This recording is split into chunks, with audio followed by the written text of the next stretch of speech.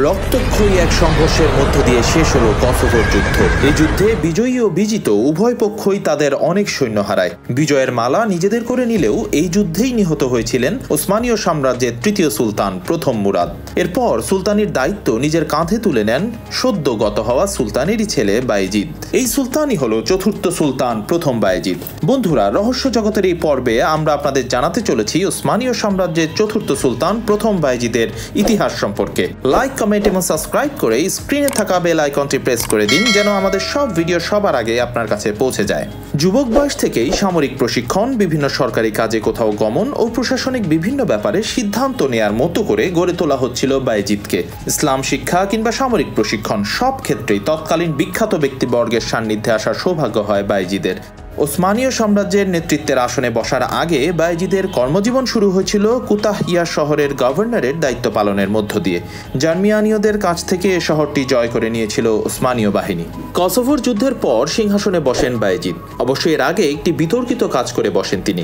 বাবার মৃত্যুর রেশ না কাটতেই ভাই ইয়াকুব সেলেবিকে নিজ তাঁবুতে ডেকে পাঠান তিনি। আসা মাত্রই শ্বাসরোধ করে খুন করা হয় তাকে। সিংহাসনের দাবিদার যাতে আর কেউ না থাকে সেজন্যই তিনি এমনটি করেছিলেন বলে ধারণা করা হয়। কসোভোর যুদ্ধে সার্বিয়ানরা তাদের অধিকাংশ সেনা হারিয়েছিল। ফলে কিছুদিনের মাঝেই সার্বিয়ার বিভিন্ন ক্ষুদ্র রাজ্য একে একে ওসমানীয়দের সামন্ত রাজ্যের তালিকায় নাম লেখাতে শুরু করে। 1390 সালে সার্বিয়ার সাবেক শাসক লাজার রেবেল আনোভিচের মেয়ে অলিভেরা ডেসপিনাকে স্ত্রী হিসেবে ঘরে তুলে নেন সুলতান বায়েজিদ। সেই সাথে লাজারের ছেলে স্টেফান লাজারেভিচকে সার্বিয়ার নতুন শাসক হিসেবেও স্বীকৃতি প্রদান করে এ সুলতান।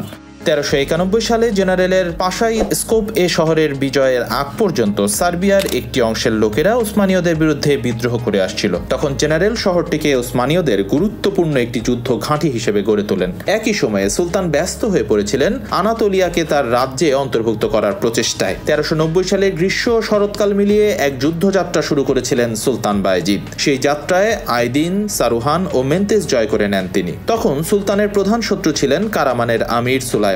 সেই সুলাইমান আবার মিত্রতা স্থাপন করেছিলেন সিভাসের শাসক কাজী বুরহান আল দিন ও অন্যান্য তুর্কি ক্ষুদ্র রাজ্যগুলোর সাথে। এত কিছু করেও অবশ্য খুব একটা সুবিধা করতে পারেনি সুলতান বায়েজিদের সেই প্রতিপক্ষ দল। 1390 সালে হামিদ, তেকে ও জেরমিয়ান জয় করে নেন তিনি।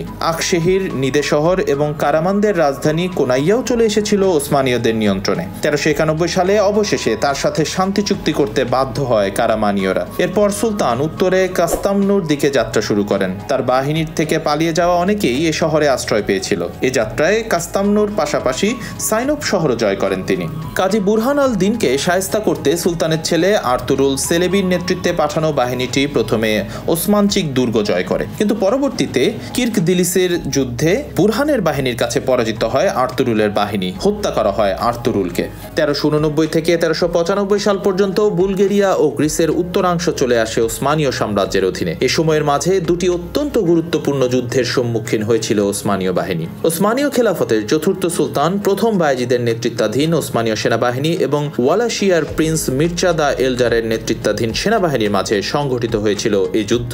চতুর্দশ শতকের শুরুর দিকে আনাতোলিয়ান উপদ্বীপের উত্তর পশ্চিমাংশে ছোটখাটো এক রাজ্য হিসেবে অভ্যুদয় ঘটেছিল ওসমানী সাম্রাজ্যের, কিন্তু পরবর্তী কয়েক দশক ধরে পূর্ব দিকে আনাতোলিয়ার অধিকাংশ ও পশ্চিমে বলকান উপদ্বীপে নিজেদের শাসন প্রতিষ্ঠা করতে সক্ষম হয় তারা। এর পেছনে ওসমানীয় সুলতানদের রাজনৈতিক দূরদর্শিতা ও সঠিক সময়ে সঠিক সিদ্ধান্ত গ্রহণের ব্যাপারটি উল্লেখযোগ্য ভূমিকা রেখেছিল। এভাবে চলতে চলতে ওসমানীয়দের তৃতীয় সুলতান প্রথম মুরাদের শাসনামলে 1387 সালে গ্রিসের অধিকাংশ এলাকা তাদের নিয়ন্ত্রণে চলে আসে। 1389 সালে কসোভোর যুদ্ধে ব্যাপক সংঘর্ষের পর জয় গিয়েছিল ওসমানীয়দের পক্ষেই। এসব জয় ও রাজ্যের ক্রম বিস্তৃতি তাদের ক্রমান্বয়ে শক্তিশালী এক রাজ্যে পরিণত করেছিল। কসোভোর যুদ্ধে মৃত্যুবরণ করেন সুলতান প্রথম মুরাদ। ক্ষমতায় আসেন তার পুত্র প্রথম বায়েজিদ। 1390 সালের প্রথম ভাগে সার্বিয়ার শাসক স্টেফান লাজারেভিচ, উত্তর মধ্য বুলগেরিয়ার টার্নাভোর শাসক ইভান শিসমা এবং উত্তর পশ্চিম বুলগেরিয়ায় দানিউব নদীর দক্ষিণ তীরের বন্দর নগরী ভিদিনের শাসক ইভান স্ট্রাটসিমির ওসমানীয়দের আওতায় চলে আসে। এভাবে কালক্রমে ওসমানীয় সাম্রাজ্য বলকান অঞ্চলের এক শক্তিশালী রাজ্য হিসেবে নিজেকে প্রতিষ্ঠিত করতে সক্ষম হয়। আর তাদের এই উত্থানই হুমকির কারণ হয়ে দাঁড়িয়েছিল মধ্য ইউরোপের ওয়ালাশিয়া, মন্দাভিয়া, হাঙ্গেরি ও এজিয়ান সাগরে ভেনিস ওয়ালেশিয়ান কলোনিগুলোর জন্য। সে সময় ওয়ালেশিয়ার প্রিন্স ছিলেন মির্জা দ্য এল্ডার। অন্যদিকে দক্ষিণ মধ্য আনাতোলিয়ায় তখন ছিল কারামানীয় রাজবংশের রাজত্ব। ওসমানীয়দের অগ্রযাত্রা রুখতে মির্জা আগেই বেশ কজন কারামানীয় প্রিন্সের সাথে বন্ধুত্ব পাতিয়েছিলেন, যারা নিজেরাও তখন ওসমানীয়দের সাথে যুদ্ধে লিপ্ত ছিল। একসময় কারামানীয়রাও ওসমানীয়দের অগ্রযাত্রার কাছে হার মেনে শান্তি চুক্তি করতে বাধ্য হয়েছিল। এত কিছু পরও সুলতানের প্রতিটি পদক্ষেপই ফেলতে হচ্ছিল অত্যন্ত মেপে মেপে, কারণ তুর্কি অভিজাত মুসলিম সমাজে তার বন্ধুর চেয়ে শত্রুর সংখ্যাই ছিল বেশি। তাই সেসব শত্রুর কেউ কেউ কারামানীয় প্রিন্সদের তার বিরুদ্ধে যুদ্ধে সৈন্য সহায়তা করলেও তিনি তাদের বিরুদ্ধে ব্যবস্থা নিতে পারছিলেন না। কিন্তু ভেতরে ভেতরে তিনি ঠিকই চাচ্ছিলেন তাদের উচিত শিক্ষা দিতে, আর তাই তিনি অপেক্ষায় ছিলেন উপযুক্ত সময় ও মোক্ষম সুযোগের। একসময় সুলতানের প্রতীক্ষিত সেই সুযোগ এসে যায়, আর এর পেছনে দায়ী ছিল উত্তর মধ্য বুলগেরিয়ার টার্নোভার শাসক ইভান শিশমানের বিশ্বাসঘাতকতা। চলুন পরিচয় করিয়ে দিই এই শিশমানের সাথে। 1371 সালে টার্নোভার শাসকের পদে বসেন ইভান শিশমান।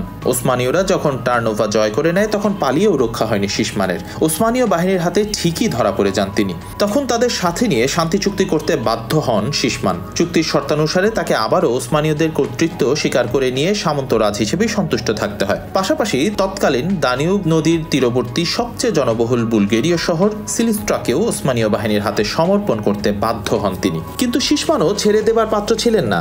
একই সময়ে তিনি গোপনে যোগাযোগ রাখছিলেন প্রতিবেশী রাজ্যগুলোর সাথে, যারা ছিল ওসমানীয়দের প্রতিপক্ষ। তারা শিশমানকে সহায়তার প্রতিশ্রুতি দিলে তিনি ওসমানীয়দের শুধু সিলিস্ট্রায় ঢুকতে বাধা প্রদান করেই ক্ষান্ত হননি, সেই সাথে শহরের প্রতিরক্ষা দেয়ালকেও করে তোলেন আরো বেশি শক্তিশালী। আবারও বলকান পর্বতমালা ধরে বিশাল বাহিনী নিয়ে ছুটে এলেন ওসমানীয় বাহিনীর আলী পাশা। যাত্রাপথে একে একে সুমেন, চারভেন, শভিস্তাভ দখলে আসে তার।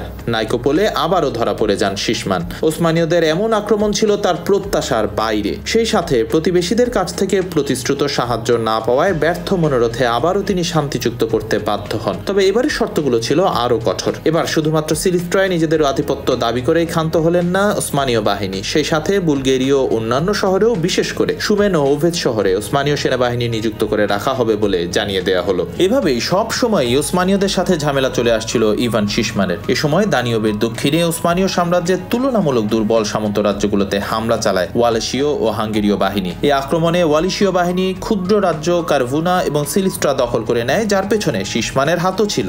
অন্যদিকে হাঙ্গেরীয়রা উত্তর পশ্চিম বুলগেরিয়ায় দানিউব নদীর দক্ষিণ তীরের বন্দরনগরী ভিদিনের দখল নেয়ার চেষ্টা করছিল। এতদিন ধরে সুযোগের অপেক্ষায় থাকা সুলতান বায়েজিদ যেন এই সময়টির জন্যই অপেক্ষা করছিলেন। তাই এবার তিনি প্রস্তুত হলেন শত্রুকে শায়েস্তা করতে। 1393 সালে কারভুনা ও সিলিস্ট্রা থেকে ওয়ালাশীয়দের বিতাড়িত করে সুলতানের বাহিনী। সেই সাথে টার্নোভাকে ঘোষণা করা হয় ওসমানীয়দের একটি পাশালিক হিসেবে। পাশা বলতে ওসমানীয়দের রাজ প্রতিনিধিকে বোঝানো হয়, আর পাশালিক বলতে সেই পাশা শাসনাধীন কোনো অঞ্চলকে বোঝায়। 1394 সালে শরৎকাল চলছে তখন।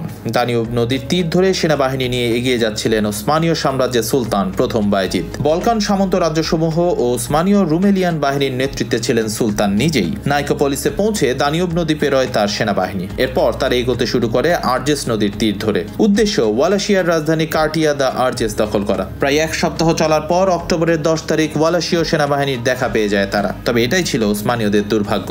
ওসমানীয় বাহিনীর চলাচলের উপর আগে থেকেই নজর রেখে চলেছিল ওয়ালাশীয় বাহিনী। তাই সেদিন পার্শ্ববর্তী বনাঞ্চল থেকে অতর্কিতভাবে হামলে পড়ে তারা। এমন আক্রমণের জন্য মোটেও প্রস্তুত ছিল না ওসমানীয় বাহিনী, তাই বেশ বিপর্যয়ের মাঝে পড়ে যায় তারা। ওয়ালেশীয় বাহিনীর আক্রমণের মুখে ওসমানীয় বাহিনী আস্তে আস্তে আর্জেস নদীর তীরের দিকে পিছু হটতে থাকে। যুদ্ধ ভয়াবহ আকার ধারণ করেছিল ওসমানী বাহিনীর শিবিরের কাছেই। সেখানে নিজেদের রক্ষার্থে আগেই দেয়াল, পরিখা ও প্যালিসেইড বানিয়ে রেখেছিল সুলতানের বাহিনী। শত্রু পরিবেষ্টিত অবস্থাতেও সন্ধ্যা পর্যন্ত কোনো ক্রমে ওয়ালিশীয় বাহিনীকে ঠেকিয়ে রাখতে সক্ষম হয় ওসমানীয়রা। দানিউব পেরিয়ে কোনো ক্রমে সেইবার জীবন নিয়ে ফিরতে পেরেছিল বায়েজিদ, তবে ধ্বংস হয়ে গেছিল তার সাথে যাওয়া বাহিনীর অধিকাংশই।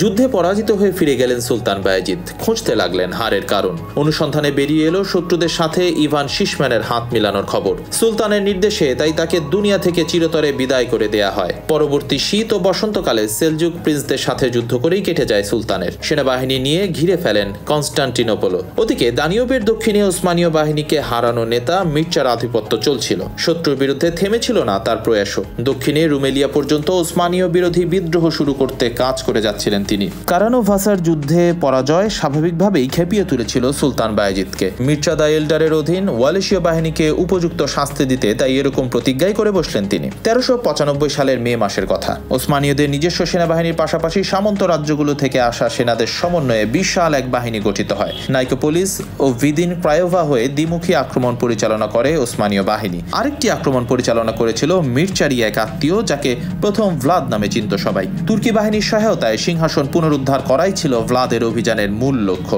সেই যুদ্ধযাত্রায় সুলতানের বাহিনীতে ছিল সর্বমোট 48,000 সেনা। এর মাঝে 40,000 এসেছিল সরাসরি ওসমানীয় সেনাবাহিনী থেকেই। অবশিষ্ট 8,000 সেনা এসেছিল বিভিন্ন সামন্ত রাজ্য থেকে। অপরপক্ষে মির্জার বাহিনীতে ছিল সেই তুলনায় অনেক কম সেনা, মাত্র 10,000। তাই ওসমানীয়দের সাথে শুরুতেই সম্মুখ যুদ্ধে অবতীর্ণ না হয়ে তাদের উপর গেরিলা হামলা চালাতে শুরু করে তার বাহিনী। এভাবে লুক্সেমবার্গের সিগিসমুন্ডের কাছ থেকে সাহায্য আসার আগ পর্যন্ত ওসমানীয় বাহিনীকে কোনো মতে ঠেকিয়ে রাখেন মির্জা দ্য এল্ডার। 1395 সালের 17 মে ছিল সেদিন। যুদ্ধটি ঠিক কোথায় সংঘটিত হয়েছিল তা নিয়ে অবশ্য বিতর্ক আছে। কারো কারো মতে সেটা আর্জেস নদীর তীরেই হয়েছিল। আবার এই মতবাদের বিরোধিতা করার মানুষও আছেন। এগিয়ে আসা ওসমানীয় বাহিনীকে প্রথমেই পড়তে হয় ওয়ালেশীয় বাহিনীর তীরন্দাজের সম্মুখে। বৃষ্টির মতো তাদের ছোঁড়া সেই তীরের তীব্রতায় ছত্রভঙ্গ হয়ে যায় ওসমানীয় বাহিনী। মারা যায় তাদের বেশ কিছু সেনা। এরপরই ওসমানীয়দের উপর ঝাঁপিয়ে পড়ে ওয়ালেশীয় অশ্বারোহী বাহিনী। পরপর দুটি তীব্র আঘাতে বেশ অসুবিধাতেই পড়ে যান সুলতান বায়েজিদের বাহিনী। তারা পিছু হটতে বাধ্য হয় সেদিন। তবে পিছু হটলেও পালিয়ে যায়নি তারা, বরং সুলতানের নিজস্ব রক্ষী বাহিনী জেনিসারিদের সহায়তায় ঘুরে দাঁড়াতে সক্ষম হয় তারা। সুলতানের বাহিনীর বিশালতা আর দৃঢ়তার কাছে এবার আর টিকতে পারল না মির্জার বাহিনী। বেশ কয়েকবারের প্রচেষ্টাতেও ওসমানীয়দের আর কাবু করতে না পেরে অবশেষে পিছু হটেন মির্জা। পালিয়ে যান যুদ্ধক্ষেত্র থেকে, আশ্রয় নেন হাঙ্গেরিতে। যাওয়ার আগে ভ্লাদকে ওয়ালেশিয়ার শাসনকর্তা হিসেবে নিয়োগ দিয়ে যান সুলতান। তবে ভ্লাদের কপালেও এই সুখ খুব বেশি দিন টিকেনি। মাত্র 3 বছর পরেই হাঙ্গেরীয়দের সহায়তায় ভ্লাদকে উৎখাত করেন মির্জা। ফিরে পান ওয়ালেশিয়ার তার হারানো মুকুট। 1402 সালের 20 জুলাই সংগঠিত আঙ্কারার যুদ্ধে ওসমানীয়রা পরাজিত হয় এবং সুলতান বায়েজিদ বন্দী হন। বায়েজিদের এক পুত্র মোস্তফা চেলেবিও তার সাথে বন্দী হন। 1405 সাল পর্যন্ত তিনি সমরকন্দে বন্দী ছিলেন। বায়েজিদের অন্য 4 পুত্র সুলাইমান চেলেবি, ঈসা চেলেবি, মোহাম্মদ চেলেবি ও মুসা চেলেবি যুদ্ধক্ষেত্র থেকে পালিয়ে যেতে সক্ষম হন। পরে সিংহাসন নিয়ে তাদের মধ্যে গৃহযুদ্ধ দেখা দেয়। পরবর্তীতে এই যুদ্ধ জয়ের পর প্রথম মুহাম্মদ সুলতান হিসেবে সিংহাসনে বসেন। ওসমানীয় সাম্রাজ্যের পঞ্চম সুলতান প্রথম মুহাম্মদকে নিয়ে কথা বলবো পরের ভিডিওতে। বন্ধুরা, ভিডিওটি ভালো লাগলে পরবর্তী ভিডিওর আপডেট পেতে লাইক, কমেন্ট এবং সাবস্ক্রাইব করে আমাদের সাথেই থাকুন।